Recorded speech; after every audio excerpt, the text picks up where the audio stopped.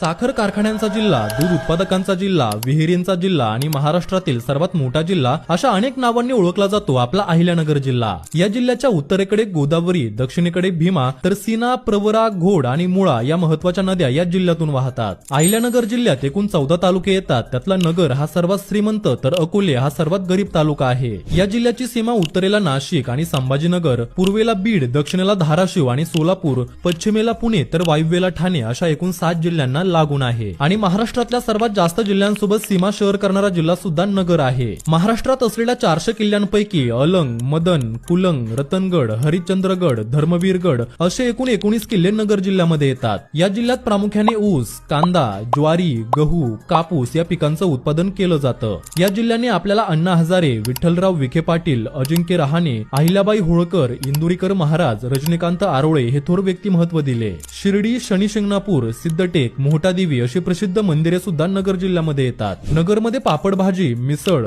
भाकरी, नगरचा तिखट रस्सा हे प्रमुख खाद्यपदार्थ आहेत। महाराष्ट्रातलं सर्वात उंच शिखर, आशिया खंडातला पहिला साखर कारखाना, महाराष्ट्रातलं सर्वात श्रीमंत मंदिर, ज्ञानेश्वरांनी ज्ञानेश्वरी लिहिलेलं ठिकाण, जवाहरलाल नेहरूंनी भुईकोट किल्ल्यात लिहिलेलं पुस्तक डिस्कवरी ऑफ इंडिया हे सगळे ठिकाणं आपल्या नगर जिल्ह्यामध्येच येतात। तर शेअर करा हा व्हिडिओ प्रत्येक नगरकरांसोबत आणि अशाच मॅप अॅनिमेशन व्हिडिओसाठी